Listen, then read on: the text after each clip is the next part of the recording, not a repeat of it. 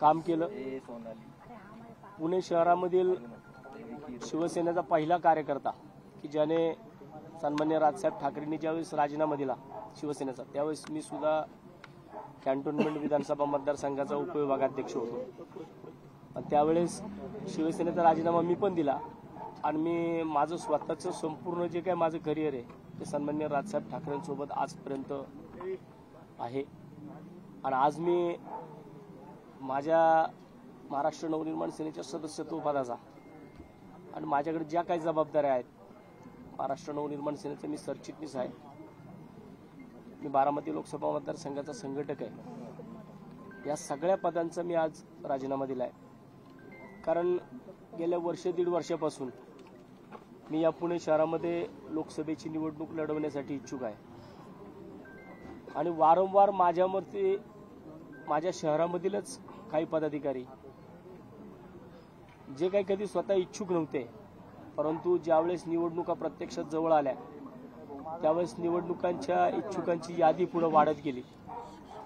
आणि मागच्या महिन्यामध्ये ज्यावेळेस सन्मान्य राजसाहेब ठाकरेंनी सगळ्या लोकसभा मतदारसंघांचे अहवाल मागवले होते, त्याच्यामध्ये ज्या लोकांवरती पुणे शहराच्या जबाबदाऱ्या होत्या, या लोकांनी पुणे शहरामध्ये जो अहवाल तयार केला त्या अहवालामध्ये पुणे शहर महाराष्ट्र नवनिर्माण सेनेची जी परिस्थिती आहे ती अतिशय नाजूक आहे असं जाणून बुजून या सगळ्या गोष्टी माननीय राजसाहेबांपर्यंत, माननीय अमित साहेबांपर्यंत पोहोचवल्या। एक निगेटिव्ह अहवाल जो पक्ष संघटनेचा, जो की पक्ष संघटना वाढीसाठी अतिशय मारक आहे, तो ह्या लोकांनी पुढे पाठवला। आणि तेव्हापासून पुणे शहरामध्ये महाराष्ट्र नवनिर्माण सेना लोकसभेची निवडणूक लढू शकत नाही अशा प्रकारचे ज्यावेळेस अप्रोच गेले आणि याच्या सगळ्यांचा वारंवार मलाच एकट्याला मी एकनिष्ठ आहे हे सगळ्या वेळोवेळी माझ्यावरती अन्याय होतो। आणि शेवटी मग मला आज माझ्या या सगळ्या गोष्टींचा कडेलोट झाला। जर ज्या शहरामध्ये ज्या लोकांबरोबर माझ्या राजकीय जीवनातील 15 वर्ष घालवली आणि अशाच 15 वर्षामध्ये हेच पदाधिकारी जर वसंत मोरेला तिकीट नाही मिळालं पाहिजे, पक्ष संघटनेने निवडणूक नाही लढवली पाहिजे, यासाठी जर निगेटिव्ह पद्धतीने अहवाल माननीय साहेबांपर्यंत पाठवत असतील तर मला वाटतं की अशा लोकांमध्ये काम करणं मला जमणार नाही। त्यामुळे मी आज माझ्या सगळ्या पदांचा मी माझ्या स्वतःच्या हाताने माझे सगळे परतीचे दोर कापलेले आहेत। मी आतापर्यंत मला संघटनेच्या अनेक लोकांचे फोन आले, मी सामान्य महाराष्ट्र सैनिकांचे फोन घेतलेत, परंतु मी कुठल्याही नेत्याचा फोन घेतलेला नाही मी आजपर्यंत। कारण मी हे सगळ्या गोष्टी मी वारंवार नेत्यांपर्यंत पोहोचवल्या, पण नेत्यांना काय या गोष्टी कळत नाहीयेत। तुम्ही आत्ता का मला फोन करताय? मग एवढ्या दिवसामध्ये माझी तरफड तुम्हाला लोकांना कळली नाही का? म्हणजे वसंत मोरे स्वतःसाठी कधीच लढला नाही, कायम सामान्य महाराष्ट्र सैनिकांसाठी लढत आलाय। आणि मग जे पदाधिकारी माझ्या बरोबर आहेत, ज्यांनी माझे कार्यक्रम घेतले, त्या लोकांना दाबण्याची कामं होतात, त्या लोकांना त्रास दिला जातो। मग जर अशा पक्षामध्ये अशा लोकांमध्ये राहून जर माझ्यासोबत असणाऱ्या माझ्या साथीदारांवरती जर चुकीच्या कारवाई होत असतील, त्यांच्या पद काढण्यापर्यंत जर लोकांची मजाल जात असेल, मग अशा लोकांमध्ये, अशा शहरातल्या लोकांमध्ये काय राहून करायचं आपल्याला? त्याच्याकरता मी माननीय राजसाहेबांकडे सुद्धा मागच्या महिन्यामध्ये वेळ मागितली होती की साहेब मला पुणे शहराच्या लोकसभेसंदर्भात मला बोलायचंय, परंतु साहेबांनी सुद्धा मला त्या संदर्भामध्ये बोलले नाहीत। आणि मला वाटतं की जर अशा पद्धतीने पुणे शहरामध्ये जर राजकारण होणार असेल तर मग अशा लोकांमध्ये न राहिलेलं बरं।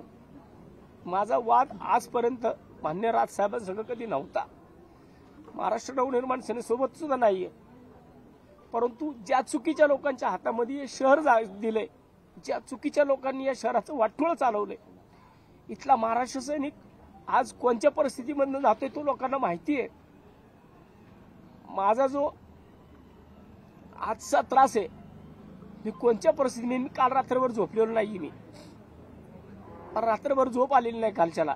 मी रात्री विचार केलाय, कालच्याला माझी पोस्ट तुम्ही पाहिली असेल, अनेकांचे माझ्या पोस्टवरून मला फोन आले, परंतु इतकं सगळं करून मला काल का कुणी विचारलं नाही। मला आज राजीनामा दिल्यानंतर मला का फोन येतात सगळ्यांचे, प्रत्येक पक्षाच्या नेत्यापर्यंत मी माझं गाऱ्हाणं मांडत आलोय। निवडणूक लढवणं हा काय माझा गुन्हा आहे का? जर माझी पक्ष संघटना मला शहरामध्ये वाढवायची असेल तर निवडणूक लढली गेली पाहिजे. आणि पक्ष संघटना जर मोठी होत नसेल, काही लोक शहरामधील निवडणूक आपण लढवली नाही पाहिजे. कशा करता तुम्ही निगेटिव्ह अप्रोच करता? कशा करता तुम्ही निगेटिव्ह अहवाल साहेबांपर्यंत पाठवता? अरे या पुणे शहरामध्ये 2012 ते 2017 या कालावधीमध्ये सेकंड लार्जेस्ट पार्टी, दुय्यम पक्ष म्हणून महाराष्ट्र नवनिर्माण सेना होती. विरोधी पक्षनेता या शहराचा मी होतो. म्हणजे या शहरामध्ये मनसेची ताकद नाहीये का? या शहरामध्ये महाराष्ट्र नवनिर्माण सेनेची ताकद आहे. मी वारंवार सांगत होतो की या पुणे शहराचा पहिला खासदार हा वसंत मोरे होऊ शकतो. परंतु काही लोकांना वाटत नाहीये की वसंत मोरे हा स्वकेंद्रित राजकारण करतो, अशी लोक म्हणतात. आजपर्यंत हा आरोप माझ्यावरती फक्त लावताना पक्षाच्या कोर कमिटीच्या नेत्यांनी लावलेला आहे. महाराष्ट्र सैनिकांनी, एकाही महाराष्ट्र सैनिकांनी माझ्या विरोधामध्ये, मला आता सुद्धा अनेक महाराष्ट्र सैनिक थांबवत होते.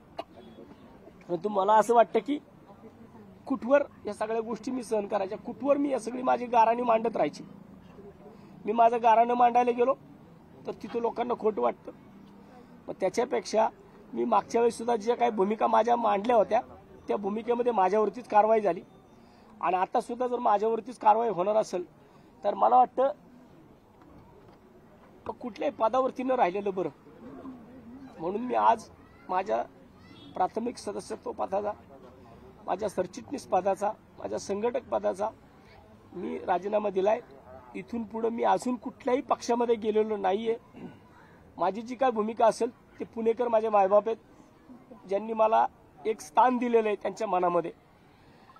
पुणे शहरातले पुणेकर ठरवतील की वसंत मोरेने भविष्यात काय करायचं. पुणेकर म्हटले वसंत मोरेने लढायचं तर 100% वसंत मोरे एकटा लढणार आणि तो पुणेकरांसाठी लढणार. पुणेकर म्हटले की नाही थांबायचं, मी थांबणार. पण मला वाटतं की माझी लढाई सामान्य कुटुंबातल्या, मी एका शेतकरी कुटुंबातला आहे, मी कोण जागीरदार नाहीये. माझ्या घरातला मी पहिला राजकारणी आहे. इथपर्यंत मी पोहोचलोय ना, तो मी स्वतःच्या हिमतीवरती पोहोचलेलो आहे. मी कुणाचे खुर्च्या, कुणाच्या मी कुबड्या घेऊन मी पुढे आलेलो नाहीये. मी माझं स्थान मान्य राजसाहेबांच्या हृदयामध्ये मी माझं स्थान मी तयार केलं होतं आणि ते स्थानाला कुठेतरी धक्का लावण्याचं काम पुणे शहरातल्या कोर कमिटीने केलेलं आहे. त्यामुळे मला वाटतं की अशा लोकांमध्ये त्या कोर कमिटीचा मी एक सभासद आहे आणि मला वाटतं त्या कोर कमिटीमध्ये मला काम करायचं नाही आणि मला इथून पुढे परत बोलवलं जाईल. कोर कमिटी बरखास्त करू काय करू, परंतु मला त्या लोकांबरोबर कामच करायचं नाही. जी लोक शहरामध्ये पक्षाला संपवण्याचा विचार करत असतील अशा लोकांसोबत मला काम करायचं नाही. त्यामुळे मी आज पक्ष सोडलेला आहे. वसंत मोरेंना लोकसभा लढवायची होती. लोकसभा लढवण्यासाठी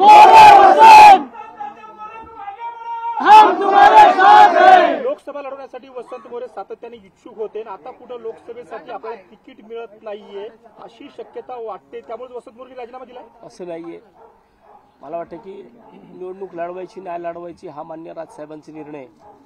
परंतु अशा लोकांबरोबर मला राहायचंच नाहीये त्या पक्षामध्ये की ज्या पक्षामध्ये एवढं चांगलं वातावरण शहरामध्ये आहे. अगदी 2017 पर्यंत या शहरामध्ये सेकंड लार्जेस्ट पार्टी म्हणून महाराष्ट्र नवनिर्माण सेना होती. मग असं 5 वर्षामध्ये असं काय झालं की आज तुम्ही निगेटिव्ह अहवाल देताय. मग मी किती बी प्रयत्न केले, किती बी काही बी केलं तर मग काहीच होणार नाहीये. म्हणून मी आज या ठिकाणी असं कुठलं की पक्ष निवडणूक लढवणार नाही काय नाही, हा सन्मान्य राजसाहेबांचा आदेश आहे, सन्मान्य राजसाहेबांचा तो अधिकार आहे. त्यांनी त्याच्या बाबतीमध्ये निर्णय घ्यावा. मला आता महाराष्ट्र नवनिर्माण सेनेकडनं मी निवडणूक लढायला इच्छुक नाहीये. जर निवडणूक मनसेला लढायची असेल तर या जे काही इच्छुक आहेत 4 जण, ह्या 4 जण 4-5 इच्छुकांमध्ये कुणालाही साहेबांनी तिकीट देऊन त्यांना निवडून. आता तुमची नाराजी फायनल आहे, कारण याच्या आधी देखील तुम्ही अनेकदा नाराजी व्यक्त केली, पक्ष सोडून जाईल अशी इथपर्यंत तुमची भूमिका टेकली होती. मात्र राजसाहेबांची भेट घेतल्यानंतर तुमची भूमिका बदलली. त्यामुळे आता जी आहे ते फायनल आहे. तुम्ही राजीनामा देऊन पक्षातच राहणार आहात. आताची राजीनाम्याची भूमिका ही फायनल भूमिका आहे का? मी माझे परत महाराष्ट्र नवनिर्माण सेनेमधील परतीचे सगळे दोर कापलेले आहेत. मी कोणत्याही परिस्थितीमध्ये महाराष्ट्र नवनिर्माण सेनेमध्ये परत जाणार नाही. राज ठाकरेंशी तुमचं बोलणं झालं का? राज ठाकरेंशी नाही. मला आता कुठे जाणार, कुठल्या वाटेवर जाणार? वसंत मोरेंची दिशा पुणेकर ठरवतील. येणाऱ्या 2-3 दिवसामध्ये माझी जी भूमिका असेल ती मी जाहीर करेन. लोकसभा लढवणार, लोकसभा वसंत मोरे लोकसभा लढवणार का? लोकसभा कुठल्याही लढवण्याचा पक्षात? निर्णय ठाम आहे का? लोकसभा लढवणारच का? मी तेच सांगतोय, मी येणाऱ्या 2-3 दिवसामध्ये लोकसभेच्या संदर्भामध्ये माझी जी भूमिका असेल ती मी येणाऱ्या 2-3 दिवसामध्ये नक्की जाहीर करेन. कुठल्या पक्षात प्रवेश करणार आहात का अपक्ष आहात, म्हणजे कशा प्रकारे निवडणूक लढवणार? अजूनपर्यंत मी फक्त महाराष्ट्र नवनिर्माण सेना या पक्षाचा राजीनामा दिलेला आहे.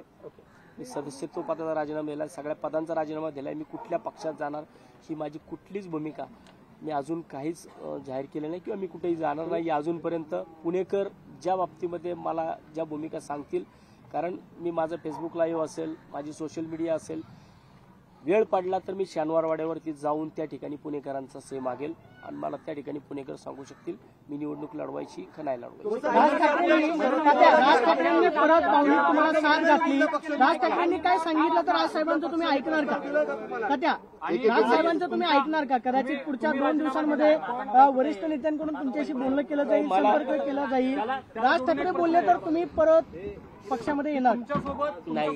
तुमच्यासोबत किती मनसेतले नेते किंवा अनेक जणांचे राजीनामे पण यायला आता सुरुवात झाली आहे किंवा राजीनामा दिला आतापर्यंत बऱ्याच जणांनी राजीनामे माझ्याकडे पाठवलेत. माझ्या व्हॉट्सअपवरती, फेसबुकवरती सुद्धा मला अनेक जणांचे राजीनामे आलेले आहेत. परंतु मी सांगतो की कोणीही कोणत्याही परिस्थितीमध्ये मी कुणालाही कंपल्शन केलेलं नाहीये. हा वसंत मोरेवरती झालेला अन्याय, वसंत मोरे एकट्याने राजीनामा दिलाय. कुणीही पक्ष संघटना सोडू नका असं मी प्रत्येक पदाधिकाऱ्याला सांगितलंय. परंतु जो तो ज्याचा निर्णय आणि मला वाटतं की कार्यकर्त्यांनी घेतलेले निर्णय हे याच्यावरती कमीत कमी मनसेची भूमिका डबल पाहायला मिळाली.